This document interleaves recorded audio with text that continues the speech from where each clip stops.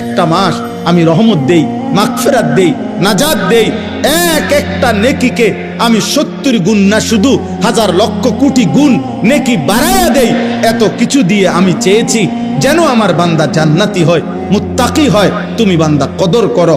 আর যদি কোনোভাবেই কদর না করে, তো শেষ কথা হলো, মনে রাখবেন, রমজানকে যে কদর করে না, রমজানেও যে গুনাহ করে, রমজানেও যে জাহান্নাম থেকে বাঁচার চেষ্টা করে না, রমজানেও যে জান্নাতের আমল করার চেষ্টা করে না, ভাই আমার, ছেলেরা আমার, বাবা আমার, পর্দার আড়ালের মা বোন আমার, সবাইকে এই শেষ কথা বলি।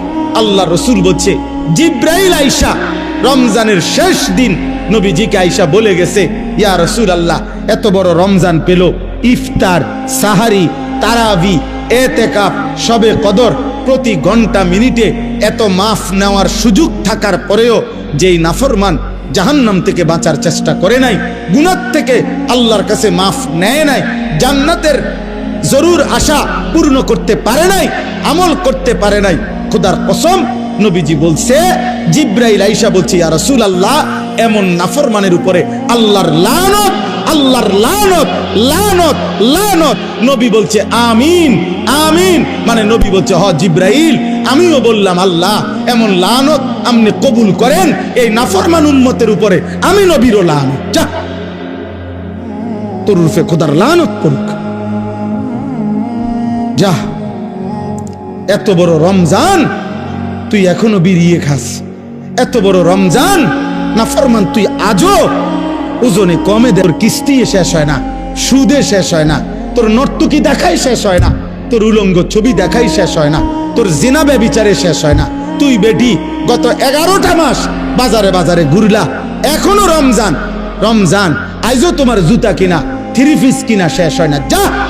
গুনাহ থেকে বাঁচতে যেহেতু পারলাই না, জাহান্নাম থেকে বাঁচার চেষ্টা করলাই না, তো জিব্রাইল বলছে আল্লাহ তার উপরে লানত দিছে, জিব্রাইলও লানত দিছে। নবী বলছে আমিন, আমিও দিলাম, যা তোর উপরে খোদার গজব পড়ুক। এরপরে এই নাফরমানকে বাঁচাবে কে? হ্যাঁ বলেন? অতএব বাবা, তামসা করো, কোনো অসুবিধা নাই।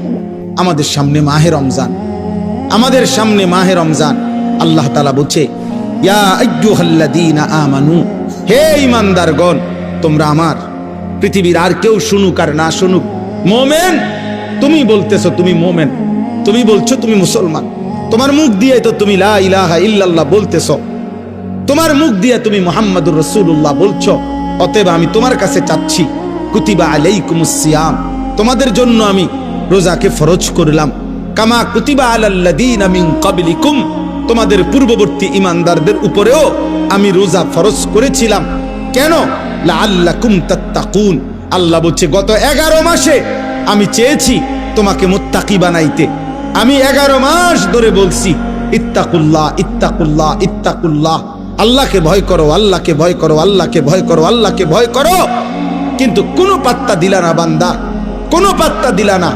ঠিক আছে বান্দা, যাও, আমি আল্লাহ আবারও দয়া করে সব বাদ দিলাম, 11 মাস বাদ, যাও, একটা মাস মাত্র এবার, আইয়ামাম মাদুদাত, 30টা দিন গোনা গোনা, 30 দিন, 31 দিন হবে না, 32 দিন লাগবে না, 30 দিন, 30 দিন, কথা কথাই, প্রয়োজনে একদিন কমায় এলামু, 29 দিন, হয় 29 নয় সর্বোচ্চ 30, 30টা দিন তুমি রমজান পালন করবা, একটা গুনাহ করবা না, চুরি, ডাকাতি, জিনা, ব্যভিচার, মদ, জুয়া, অশ্লীলতা, বেহায়াপনা, অসভ্যতা, নোংরামি, বেপরদিগি, উলঙ্গতা, অসভ্যতা, হারাম উপার্জন করবা না।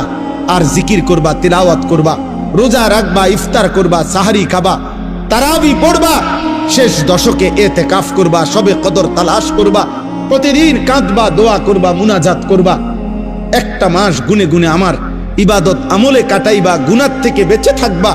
আল্লাহ বলেন, আমি 30 দিনেই তোমারে মুত্তাকি বানায়া জান্নাতি বানায়া দেব, লাআল্লাকুম তাত্তাকুন। আল্লাহ তাআলা বলছে, বান্দা কঠিন হবে না, কষ্ট হবে না, দেখো তুমি নিয়ত করলে পারবা। এখানে আছে, ইউরিদুল্লাহু বিকুমুল ইউসরা ওয়ালা ইউরিদু বিকুমুল উসরা। আল্লাহ তাআলা বলে, বান্দা আমি যেমনে যেমনে রমজান সাজাইছি, রমজান, রোজা, ইফতার, সাহারি, তারাবি, এতেকাফ, শবে কদর, যেটা যেমনে সেটিং করছি, আল্লাহ বলে বান্দা বিশ্বাস করো, আমি আল্লাহ খেয়াল রাখছি তোমার যেন সহজ হয়, কঠিন যেন না হয়। এইভাবে আমি আল্লাহ বিধানটা আমি নিজের হাতে সাজাইছি। ইউরিদুল্লাহু বিকুমুল ইউসরা, তোমার কঠিন হবে না, তোমার কঠিন হবে না। আমি জানি তোমার ভিতর বাহির, তোমার শরীরের যোগ্যতা কদ্দুর, এটা আমি দিছি বান্দা। তোমার শরীর স্বাস্থ্য, তোমার জীবন যৌবন আমি দিছি। তুমি অসুস্থ প্রচন্ড, কোনোভাবেই তুমি পারবা না, তো ঠিক আছে, ফামান কানা মিনকুম মারিদান, তুমি যদি প্রচন্ড অসুস্থ হও, যে অসুস্থতা রোগ বেড়ে যাবে রোজা রাখলে, তো ঠিক আছে, যখন সুস্থ হও তখন তুমি কাজা করে নিও। আল্লাহ বলছে লম্বা পথ সফর করবা, তোমার কষ্ট হবে মুসাফির, ঠিক আছে, তুমি ওই সময় রোজা ছেড়ে দিও, অন্য সময়ে যখন বাড়িতে থাকবা কাজা করে নিও। তুমি যদি একেবারে বৃদ্ধ দুর্বল হও, যে আর কোনোদিন সবল সুস্থ রোজা রাখার মতো যোগ্যতা তোমার ধারণা আর কোনোদিন হবে না, তো আল্লাহ বলেন অসুবিধা নাই, যাও ফিদিয়াতুন তুআমু মিসকিন, প্রত্যেক রোজার বিনিময়ে এক সাদকায়ে ফিতির, রমজানে যে ফিতরা দেন এই ফিতরা পরিমাণ একজন মিসকিনকে খাবার বা সমপরিমাণ মূল্য তুমি দিয়ে দাও। আল্লাহ বলেন সব রকমের সুযোগ রাখছি। প্রচন্ড দুর্বল হলে কি করবা, মুসাফির হইলে কি করবা, একেবারে বৃদ্ধ হইলে কি করবা, এইভাবে গর্ভস্থিত নারী যার গর্ভে বাচ্চা আছে তার জন্য কি করতে হবে, আল্লাহ তাআলা বলেন আলাদা আলাদা করে বলছি, কঠিন কিছু বলি নাই। সন্ধ্যা থেকে নিয়ে সুবহে সাদিক পর্যন্ত খাও, পান করো, স্বামী স্ত্রী মিলামেশা করো, সুবহে সাদিক থেকে সূর্যাস্ত পর্যন্ত শুধু এইটুকু সময় খাদ্য খাবার থেকে বিরত থাকো। শেষ দশক ইতিকাফের চেষ্টা করো, বেজর রাত্রিগুলো সবে কদর তালাশ করো, গুনাহ কইরো না। বাজারে তো সারা বছরই যাইতে পারবা, কাপড় লুঙ্গি শার্ট শাড়ি থ্রি পিস জুতা এ তো সারা বছরই কিনতে পারবা। একটা মাস আমি রহমত দেই, মাগফিরাত দেই, নাজাত দেই, এক একটা নেকিকে আমি 70 গুণ না শুধু হাজার লক্ষ কোটি গুণ নেকি বাড়ায়া দেই। এত কিছু দিয়ে আমি চেয়েছি যেন আমার বান্দা জান্নাতি হয়, মুত্তাকি হয়। তুমি বান্দা কদর করো, আর যদি কোনোভাবেই কদর না করে তো শেষ কথা হলো মনে রাখবেন, রমজানকে যে কদর করে না, রমজানেও যে গুনাহ করে, রমজানেও যে জাহান্নাম থেকে বাঁচার চেষ্টা করে না, রমজানেও যে জান্নাতের আমল করার চেষ্টা করে না, ভাই আমার, ছেলেরা আমার, বাবা আমার, পর্দার আড়ালের মা বোন আমার, সবাইকে শেষ কথা বলি। আল্লাহ রসুল বলছে জিব্রাইল আইসা রমজানের শেষ দিন নবীজিকে আইসা বলে গেছে, ইয়া রাসূলুল্লাহ, এত বড় রমজান পেল, ইফতার, সাহারি, তারাবি, এতেকাফ, শবে কদর, প্রতি ঘন্টা মিনিটে এত মাফ নেওয়ার সুযোগ থাকার পরেও যেই নাফরমান জাহান্নাম থেকে বাঁচার চেষ্টা করে নাই, গুনাহ থেকে আল্লাহর কাছে মাফ নেয় নাই, জান্নাতের জরুর আশা পূর্ণ করতে পারে নাই, আমল করতে পারে নাই, খোদার কসম নবীজি বলছে, জিব্রাইল আইসা বলছে, ইয়া রাসূলুল্লাহ, এমন নাফরমানের উপরে আল্লাহর লানত, আল্লাহর লানত, লানত, লানত। নবী বলছে আমিন, আমিন, মানে নবী বলছে হ জিব্রাইল, আমিও বললাম আল্লাহ এমন লানত আপনি কবুল করেন এই নাফরমান উম্মতের উপরে, আমি নবীরও লানত, যা তোর রূপে খোদার লানত পড়ুক, যা। এত বড় রমজান তুই এখনো বিড়িয়ে খাস, এত বড় রমজান নাফরমান তুই আজও ওজনে কমে দে, তোর কিস্তি শেষ হয় না, সুদে শেষ হয় না, তোর নর্তকী দেখাই শেষ হয় না, তোর উলঙ্গ ছবি দেখাই শেষ হয় না, তোর জিনা ব্যভিচারে শেষ হয় না। তুই বেটি গত 11টা মাস বাজারে বাজারে ঘুরলা, এখনো রমজান, রমজান আইজও তোমার জুতা কিনা থ্রি পিস কিনা শেষ হয় না, যা। গুনাহ থেকে বাঁচতে যেহেতু পারলাই না, জাহান্নাম থেকে বাঁচার চেষ্টা করলাই না, তো জিব্রাইল বলছে আল্লাহ তার উপরে লানত দিছে, জিব্রাইলও লানত দিছে, নবী বলছে আমিন, আমিও দিলাম, যা তোর উপরে খোদার গজব পড়ুক। এরপরে এই নাফরমানকে বাঁচাবে কে? হ্যাঁ বলেন? অতএব বাবা তামসা করো, কোনো অসুবিধা নেই, এ কথা শেষ আমার। মনে রাখো, হাসি কান্না, আনন্দ বেদনা, সুখ দুঃখ, হ্যাঁ, আনুগত্য অবাধ্য, ঈমান কুফর, কোনো কিছুতেই পৃথিবী থামে না, তুমিও থামতা না, একদিন কবরেই চলে যাইত। হাসলেও কাঁদলেও, সুখে থাকলেও দুঃখে থাকলেও, ইমানদার হইলেও নাফরমান হইলেও, আনুগত্য থাকলেও আনুগত্য না থাকলেও, সেজদা দিলেও মৃত্যু হবে, সেজদা না দিলেও মৃত্যু হবে। সেজদা দিতে দিতে আব্দুল কাদের জিলানী হইলেও মৃত্যু হবে, নাফরমানি করতে করতে ফেরাউন নমরুদ হইলেও কি হবে? অসুবিধা নাই, কোনো অসুবিধা নাই। চলো ভাই, কারো জন্য পৃথিবী থামে না। আমাদের কারো মৃত্যুতে, আমাদের কারো জন্মে সেকেন্ড, ঘন্টা, মিনিট, এক সেকেন্ড থামে না। সময়ের গতি থামে? কথা বলে না। পৃথিবী থামে কারো জন্য? না না। কোন ক্ষমতাধরের মৃত্যু আর কোন ফকিরের মৃত্যু, সময়ের কাছে সবাই বরাবর। সময় বলে আমি চলছি তো চলছি, কে মরলো, কে জিতলো, কে হারলো, কে জন্ম নিল, আমার তো সময়। আমি যাচ্ছি আখিরাতের দিকে, আমি যাচ্ছি কবরের দিকে। অকুল্লুম ফি ফালাকিন ইয়াসবাহুন। আল্লাহ বলে সব কিছু তার নির্ধারিত কক্ষপথে, গন্তব্যের দিকে, মানে আখিরাতের দিকে চলছে, সব চলছে। আমরা সবাই যাচ্ছি কোন দিকে? কথা বলে না। আমরা যাচ্ছি কোন দিকে ভাই? আখিরাতে, আখিরাতের দিকে। অতএব ব্যক্তি, ঘর, সংসার, পরিবার, দেশ, রাষ্ট্র, রাজনীতি, ক্ষমতা, সবকিছুতে আখিরাতকে প্রাধান্য দিবেন। বলেন ইনশাআল্লাহ, বলেন ইনশাআল্লাহ। ভোটের আগের দিনও আখিরাতকে প্রাধান্য দিবেন, ভোটের দিনও আখিরাতকে প্রাধান্য দিবেন, ভোটের পর দিনও আখিরাতকে প্রাধান্য দিবেন, আখিরাতকে প্রাধান্য দিবেন। কোনোভাবেই দুনিয়ার কাছে বিক্রি যাবেন না। আল্লাহ আমাদেরকে হেফাজত করেন, আল্লাহ আমাদেরকে কবুল করে নেন আমার ভাই। অতএব আলহামদুলিল্লাহ, আজকে এই মুবারক মাহফিলে অনেক কষ্ট করছেন আপনারা, এত লম্বা সময় সবর করছেন। আলহামদুলিল্লাহ, আল্লাহ তাআলা এই ফুলগড় বারেশ্বর মাদ্রাসা আল্লাহ কবুল করে নেন। আজকে যেই ছেলেরা হাফেজে কোরআন হয়েছে, আল্লাহ তাদেরকে কবুল করে নেন। যাদের সহযোগিতা করেছে, তাদেরকে হাদিয়া দিয়েছে বিভিন্ন রকমের, মাশাআল্লাহ, আল্লাহ তাআলা তাদের সবাইকে কবুল আর মঞ্জুর করে নেন। আমার একটা ছোট্ট পরামর্শ আছে, সেই পরামর্শটা হইল, না মানলেও সমস্যা নাই, বাকি আমি আমার পরামর্শ হইল, ওই যেই প্রবাসী কল্যাণ সংস্থার নাম বলছেন কি জানি, বারেশ্বর প্রবাসী কল্যাণ, বারেশ্বর প্রবাসী কল্যাণ সংস্থার কাছে, আপনাদের কাছে আমার পরামর্শ হলো, আমার আন্তরিক প্রশংসা হলো, প্রতি বছর যে হাফেজে কোরআন হবে তাকে একটা সাইকেল পুরস্কার দেওয়া হবে। সাইকেল পুরস্কারের সাথে কোরআনের হাফেজের কি সম্পর্ক আমি এটা বুঝলাম না, আমার এটা মাথার ধরল না। সাইকেলের সাথে কোরআন হেফজের সাথে সম্পর্ক কি হইল? এতে করে সে কি করবে? মানে হাফেজে কোরআন সাইকেল দিয়া আলাদা কি লাভবান হবে, এটা আমার মাথায় ধরল না। হ্যাঁ, এটা আমি বুঝলাম না। এই জন্য আমার পরামর্শ হলো, কোনো হক্কানি মুত্তাকি আলেমে দিন থেকে পরামর্শ নিয়ে আপনি জেনে নেবেন যে কোনো তালেবে ইলমকে, কোনো মাদ্রাসার ছাত্রকে, কোনো হাফেজে কোরআনকে কি পুরস্কার দিলে তার উত্তম হবে, তার সারা জীবনের এলেম অর্জনের জন্য কাজে লাগবে, পড়ালেখার জন্য কাজে লাগবে। এখন এইটা দিয়ে যদি সে কালকার থেকে গোটা 1 মাস চরকির মতো সারাটা মুরাদনগর গড়ে, তাইলে প্রবাসী কল্যাণ সংস্থার নেকি কি হবে আমি বুঝি না। এই জন্য আমি এটা ফিরাইয়া নিতে বলি না। আমি এবার তো দিছেন আলহামদুলিল্লাহ, কিন্তু উনি বলছেন প্রতি বছরেই একটা সাইকেল দিবে না। পৃথিবী যদি সবাই, আপনার যেই সম্ভাবনা দেখা দিছে বাংলাদেশে, যেই প্রতিশ্রুতি এইবার নির্বাচনকে সামনে রেখে, আমি তো ধারণা করতেছি 13 তারিখ যেই জিতক 12 তারিখ প্রত্যেকের হেলিকপ্টার দিবে। বুঝেন নাই কথাটা? তাইলে তখন তার সাইকেল কাজে লাগতো না। এই জন্য তালেবে ইলম, এটা নিরুৎসাহিত করছি না, আপনারা পুরস্কার দিবেন, হাদিয়া দিবেন, কিন্তু আলেমে দিন থেকে মশওয়ারা করে দিবেন, অর্থাৎ যেন ওই বাচ্চার আজীবন তার এলেমের কাজে লাগে। পড়ালেখার এমন সুন্দর কোরআনুল কারীমের 2 সেট 10 সেট তাফসীর হইতে পারে, যেটা তার দাওরায়ে হাদিস একবারে শেষ পর্যন্ত আজীবন তার পড়ালেখার কাজে লাগবে। রাসূলুল্লাহ সাল্লাল্লাহু আলাইহি সাল্লামের হাদিসের অনেক কিতাব, তাকে 30,000 টাকার কিতাব দেন, তারে 20,000 টাকার কিতাব কিনে দেন, যেটা সে আজীবন কি করবে?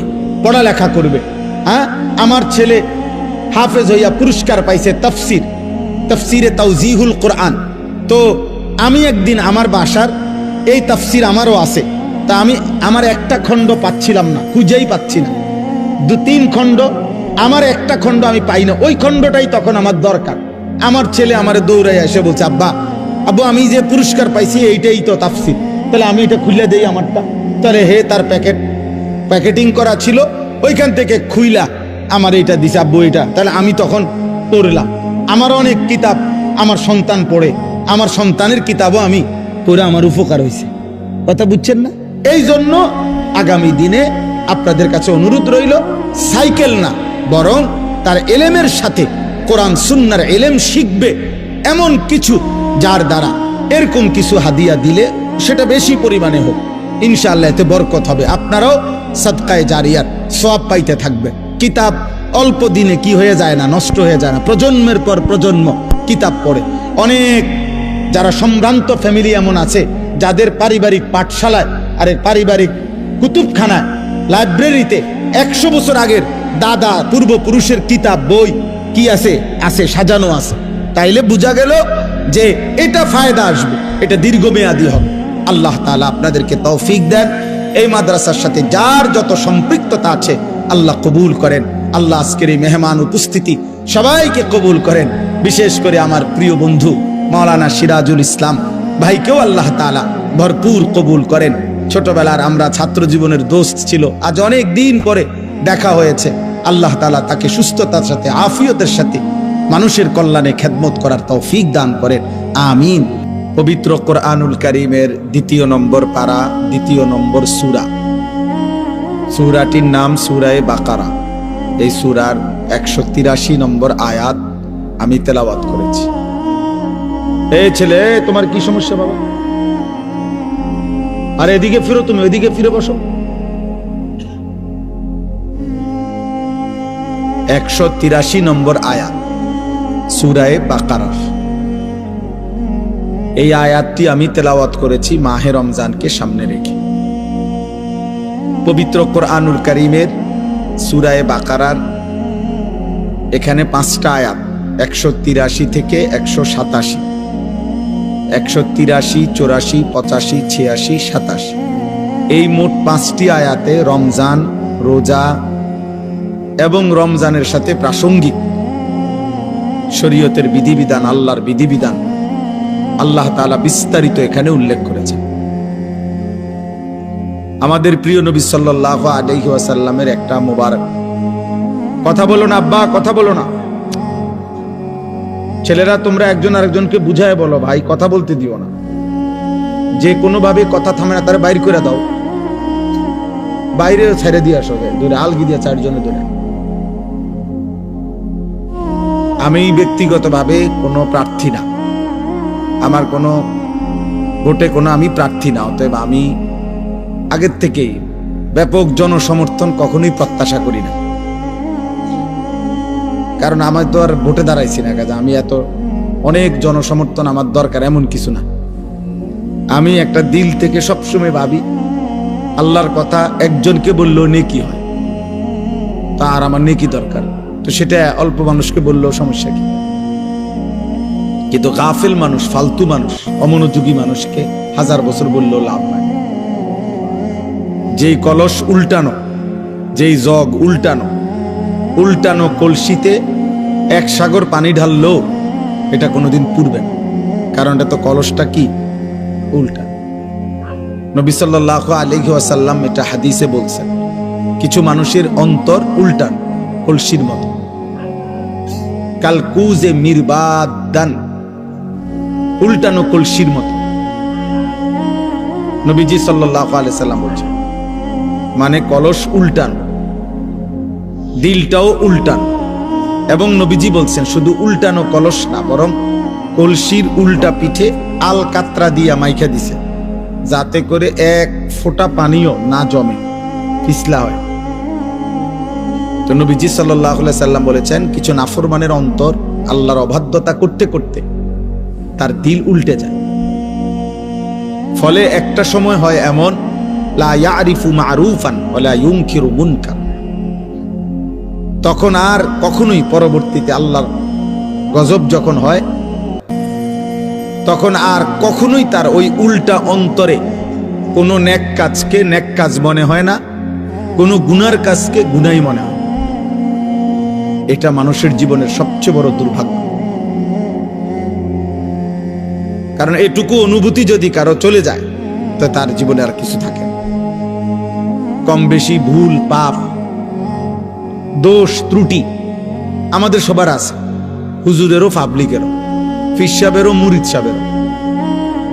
কিন্তু বিষয়টা হলো অনুভূতি থাকা, নিজের বিবেক বোধ কাজ করে, আত্ম অনুভূতি আছে যে না, কাজটা আমি ঠিক করিনি, এটা উচিত হলো না, এটা আমার জন্য আল্লাহ তাআলার নিষেধ, এটা আমার জন্য আদেশ।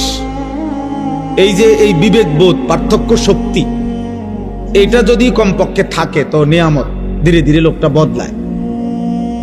কিন্তু 30 বছর 40 বছর ধরে প্রতিদিন এক তালে মিথ্যা কথা বলতেছে, এটা কোন ধরনের পাপ দেন?